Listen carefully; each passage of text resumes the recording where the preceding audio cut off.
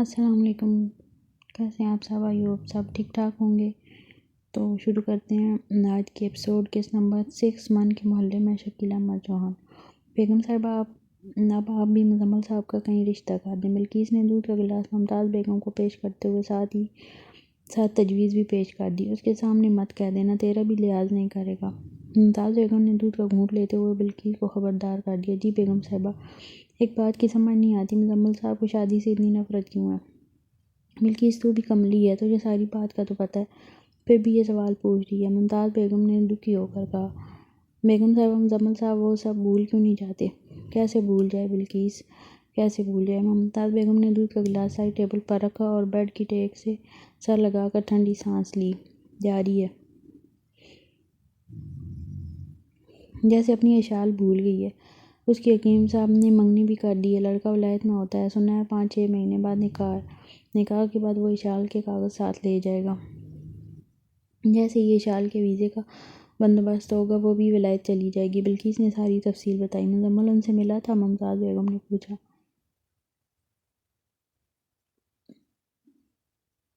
بادلہ کو جی صحیح پتہ ہے، میں تو عورتوں ہی کی طرف رہی تھی۔ یہاں یاد آیا نکاح تو اپنے حکیم صاحب نے ہی پڑھوایا تھا، حکیم صاحب سے تو ملا ہے، عاقل اور اشال کے بارے میں جانتا ہے۔ پتہ نہیں جی، بلقیس نے لا علمی ظاہر کی۔ بارات کے ساتھ بھیجا تو اسی لیے تھا کہ ان کے متعلق جان جائے۔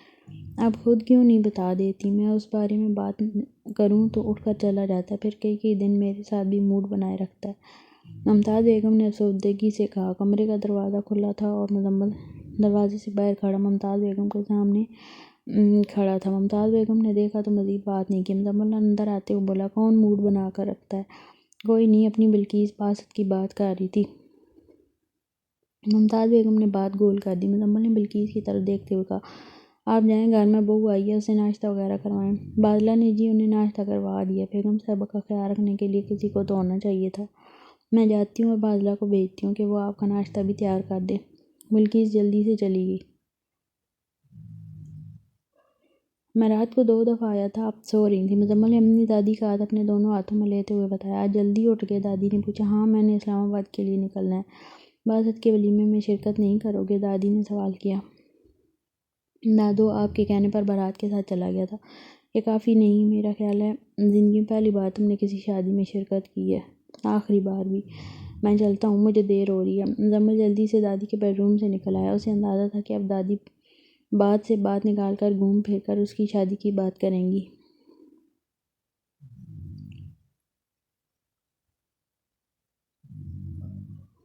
ابھی کل شادی میں مزہ آیا نا؟ مومنہ نے پراٹھے کا نوالہ منہ میں ڈالتے ہوئے مام سے پوچھا۔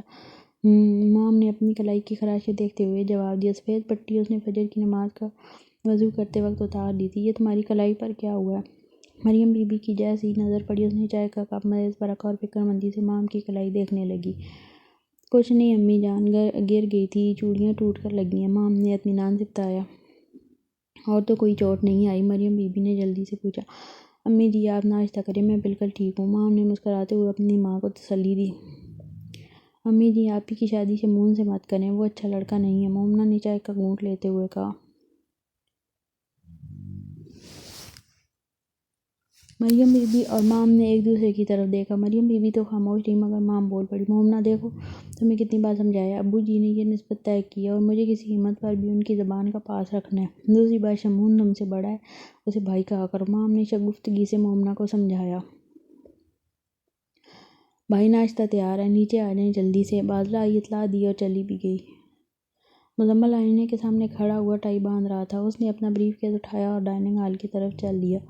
ممتاز بیگم ناشتے کی میز پر اس کا انتظار کر رہی تھی۔ دادو، مزمل نے جھکتے ہوئے اپنی دادی کے گال سے بوسہ لیا اور اپنی کرسی پر بیٹھ گیا۔ دادو شروع کریں نا؟ مزمل نے ناشتہ شروع کرنے سے پہلے اپنی دادی کو دعوت دی، پھر ناشتے میں مصروف ہو گیا۔ دادی غور سے اسے دیکھ رہی تھی۔ سفر پر جا رہے ہو، غصہ بھی نہیں کرو گے اور اپنا موڈ بھی ٹھیک رکھو گے؟ مزمل نے ناشتے سے توجہ اپنی دادی کی طرف مبذول کی۔ شادی کر لو، دادی نے زندگی آواز کے ساتھ کہا اور کافی دیر مزمل کو چشم الفت سے دیکھا۔ مزمل خاموش رہا، اس نے اپنا ناشتہ مکمل کیا، دادی کا بوسہ لیا اور پورچ کی طرف چلا گیا۔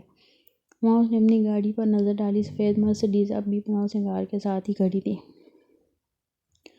اس کی چابی اس کے ہاتھ میں تھی جبکہ بلیک ٹویوٹا ویگو سادگی سے وہ کچن کی طرف جل دیا تھا۔ بادلہ کی حنیف گاڑی کی چابی دے کے مزمل نے کچن میں برتن دھوتی ہوئی بادلہ سے پوچھا، جی بھائی میں ابھی لے کر آئی۔ بادلہ جلدی سے گاڑی کی چابی لے کر آ گئی۔ یہ لیں بھائی، بادلہ نے گاڑی کی چابی دیتے ہوئے کہا۔ بادلہ حنیف آئے تو اس سے گاڑی صاف کروا لینا۔ مزمل نے مرسڈیز کی چابی بادلہ کو دیتے ہوئے کہا۔ حنیف آپ کے ساتھ نہیں جا رہا؟ بادلہ فکر مندی سے بولی۔ نہیں۔ مزمل نے مختصر سا جواب دیا اور پورچ کی طرف چل پڑا۔ بادلہ بھی اس کے پیچھے پیچھے چل پڑی۔ بادلہ چلتے چلتے بولی، بھائی اتنا لمبا سفر آپ خود ڈرائیو کریں گے؟ کل بھی تو کی تھی۔ کل تو ہم گوجرانوالہ سے تھوڑا آگے ہی گئے تھے، آج تو آپ اسلام آباد جا رہے ہیں۔ حنیف تو تم لوگوں کے ساتھ ہوگا، وہ تو ٹھیک ہے، آپ فیکٹری سے کوئی دوسرا ڈرائیور اپنے ساتھ لے جائیں۔ بادلہ فکر مت کرو، مجھے گاڑی چلانا آتی ہے، مزمل نے چہرے پر تبسم لاتے ہوئے بتایا۔ پھر وہ گاڑی لے کر اسلام آباد کے لیے نکل گیا۔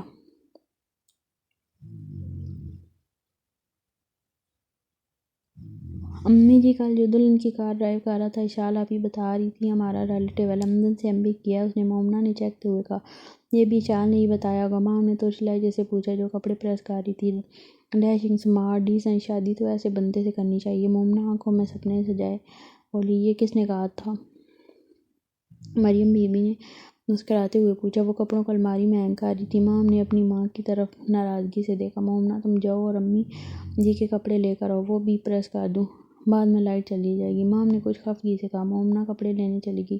مریم بی بی نے ماں کی طرف ٹٹولتی نظروں سے دیکھا۔ امی جی آپ بھی نا، وہ ابھی چھوٹی ہے، اس کے سامنے ایسی باتیں مت کیا کریں۔ ماں کی توجہ استری پر تھی، پر وہ بولے جا رہی تھی۔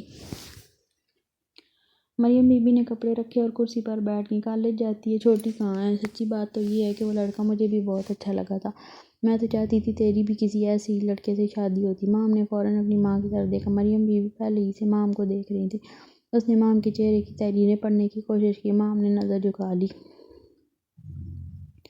اگر کہو تو میں لالا جی کو انکار کر دوں۔ مریم بی بی نے ایک بار پھر ٹٹولتی نظروں سے دیکھتے ہوئے ماں سے پوچھا۔ امی جی آپ کو پتہ تو ہے میرا جواب، پھر کیوں پوچھتی ہیں؟ ماں نے بغیر دیکھ کے خوش لہجے کے ساتھ جواب دیا۔ استری بند کی اور کمرے سے نکل گئی۔ صحن میں اس کا مومنہ سے سامنا ہوا۔ آپ ہی امی کے کپڑے، مومنہ نے کپڑے دکھاتے ہوئے کہا، پریس کر دینا۔ ماں نے دوسری منزل کی طرف چڑھنے والی سیڑھیوں کے پاس پہنچ کر جواب دیا۔ وہ سیڑھیاں چڑھتے ہوئے اپنے کمرے میں چلی گئی۔ اپی کو کیا ہوا؟ امی جی، مومنہ اپنی ماں کے سامنے کھڑی تھی۔ کچھ نہیں، تم تیار ہو جاؤ۔ تیار ہو گئی ہو؟ شمائل نے مستی سے موبائل پر ستارہ سے پوچھا۔ ہو رہی ہوں۔ ستارہ شیشے کے سامنے بیٹھی ہوئی تھی۔ میں تو ابھی پارلر سے آئی ہوں، شمائل نے شوخی مارتے ہوئے بتایا۔ ہم دلہن کو لینے جا رہے ہیں، تم خود ہی دلہن بن رہی ہو، اور زیادہ شوخیاں مت مارا کرو، میرے بھی دو بھائی مسقط میں ہیں۔ ستارہ نے روکھا سا جواب دیا۔ ناراض کیوں ہو؟ رات میری نیند خراب کر دی، اب پوچھ رہی ہو ناراض کیوں ہوں؟ ایک ہی رات لگائی ہے فیس بک پر، آج ولیمے میں میرے آگے پیچھے گھومے گا، شمائل نے فخریہ انداز سے بتایا۔ کیا کہا تم نے؟ اسے فرینڈ ریکویسٹ بھیجی تھی، اس نے ایکسپٹ کر لی، پھر صبح تک اس سے میسج پر گپ شپ ہوتی رہی ہے۔ شمائل نے اپنی محبت میں فتح کی روداد سنائی دی۔ محبت کے مقابلے میں نفرت کرنا آسان ہے۔ تم جاؤ، اشال بیٹی خالہ ممتاز سے اچھی طرح سے ملنا، ان کو اپنا تعارف بھی کروانا۔ حکیم صاحب اشال کو سمجھا رہے تھے۔ وہ تو یہ سن کر مجھ سے نفرت کریں گی، اشال معصومیت سے بولی۔ کیا تم مزمل سے نفرت کرتی ہو؟ حکیم صاحب کے پوچھنے پر اشال نے بھولے پن کے ساتھ نفی میں گردن ہلائی۔ میں بھی نہیں کرتا، اس سب میں عام لوگوں کا تو کوئی قصور نہیں، نہ تو ہمیں ایک دوسرے سے بغض رکھنا چاہیے اور نہ ہی شرمندہ ہونا چاہیے۔ حکیم صاحب ولیمے پر جانے کے لیے اشال کو راضی کر رہے تھے۔ حکیم صاحب اور عروسہ خود جو نہیں جا رہے تھے، اس لیے اشال نے بھی جانے سے انکار کر دیا تھا۔ پر ابا، میں آپ کو چھوڑ کر اکیلے کیسے جا سکتی ہوں؟ اشال نے الجھی ہوئی آواز کے ساتھ جواب دیا۔ حکیم صاحب اور عروسہ نے ایک دوسرے کی طرف دیکھا۔ حکیم صاحب نے عروسہ کو بولنے کا اشارہ کیا۔ دیکھو اشال بیٹی، ہم تمہیں خود بھیج رہے ہیں، عروسہ نے شائستگی سے سمجھایا۔ لیکن اماں، میں آپ کو چھوڑ کر کیسے جا سکتی ہوں؟ اشال اپنے فیصلے سے ٹس سے مس نہیں ہوئی۔ جیسے شادی کے بعد ہمیں چھوڑ کر چلی جاؤ گی، عروسہ نے اداسی سے کہا۔ اماں، آپ دو الگ باتوں کو کیوں جوڑ رہی ہیں؟ یہ بات ہے تو میں آج ہی عارض سے کہہ دیتی ہوں کہ میں شادی کے بعد معراج کے ہی رہوں گی، مانچسٹر نہیں جاؤں گی، اشال نے خفگی سے کہا۔ جھگڑا تو مت کرو، ادھر آؤ میرے پاس، روسا مسکراتے ہوئے بولی۔ اشال اٹھ کر روسا کے پاس گئی۔ روسا نے اس کی پیشانی چومی اور اسے اپنے پہلو میں بٹھا لیا۔ حکیم صاحب نے دیکھا تو بولے، اشال بیٹی، جہاں بات مان لی جائے وہاں جھگڑا ختم ہو جاتا ہے۔ اشال نے غور سے حکیم صاحب کی طرف دیکھا، جن کے چہرے پر سنجیدگی تھی۔ وہ سنجیدگی سے دوبارہ بولے، ضد چھوڑو اور تیار ہو جاؤ۔